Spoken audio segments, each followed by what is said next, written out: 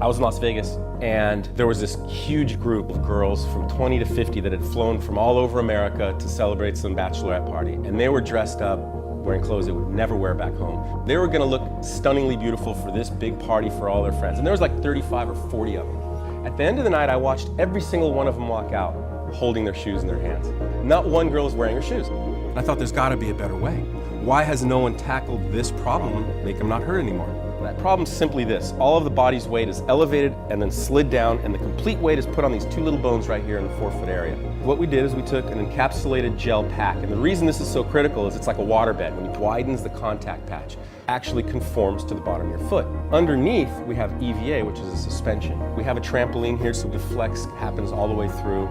There's also the upper, the vamp area. The leather typically holds the foot back, so now you have a massive pressure point on top. And to mitigate that, we use a technology called Liquicell. If this is the vamp and the leather's here, when the foot comes up, it cannot touch it. There's actually a liquid barrier, so you don't get that biting feeling, you don't get that red mark. When you're in our shoe, whether it be a 3-inch, a 4-inch, or a 5-inch, it's a beautiful shoe, but you're actually floating on gel, suspended with EVA, and encapsulated with liquid on top. And so your foot is literally suspended. The end result is it does not look like a comfort shoe. They're handmade, they're leather, they're gorgeous, and that's the idea, is high technology meets high fashion. So there was a discovery about a year or so ago. They found a shoe in Armenia. It was about 5,500 years old, which is older than the pyramids, it's older than Stonehenge. It's old, it's the beginning of civilization. And that shoe was similar in construct to a modern day shoe. It had a leather upper, it had laces, it had more of a rigid bottom, and it even had a separate between a left and a right. And the thing that struck me is that how can something that's 5,500 years old be at all relevant today? And as I started to look into the industry and how shoes are designed and how they're made, I came to realize that there is no evolution. If there was a car company that made a car that hurt so bad you actually had to get out of the car after an hour, there would not be that car company. The automotive industry moves fast. It's got to be fashion, it's got to be function, and it's got to be better than everyone else. Otherwise you lose. Whatever year car you buy today, you know that next year it's going to be bettered. And in the shoe industry, that simply doesn't happen. Whatever you buy this year, next year, it's not going to be better. It'll be different. It'll have a different skin, a different color, a different look, a different buckle, but it'll be the same.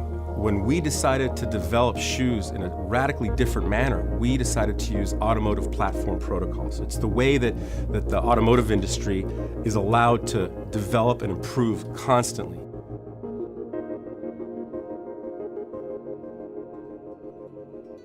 Our podiatrist said you need a footbed, something that holds the structure of the foot, arch support, heel support, anti-splay, anti-fatigue. We also integrate our patented technology, which is a heel cutout, and it has an EVA insert that goes inside. We have the board last with the flex points, and then of course our 3-piece anatomical removable footbed.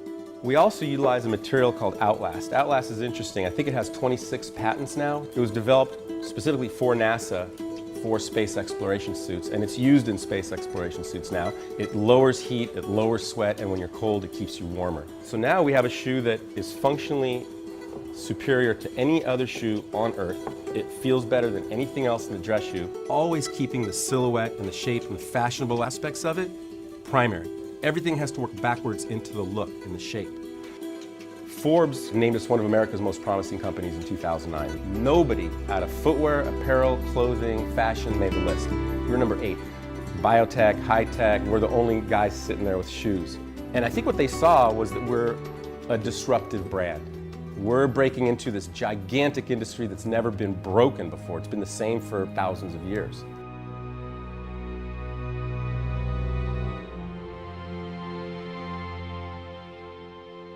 There are known brands, and there are loved brands. As an example, General Electric is a brand everyone knows.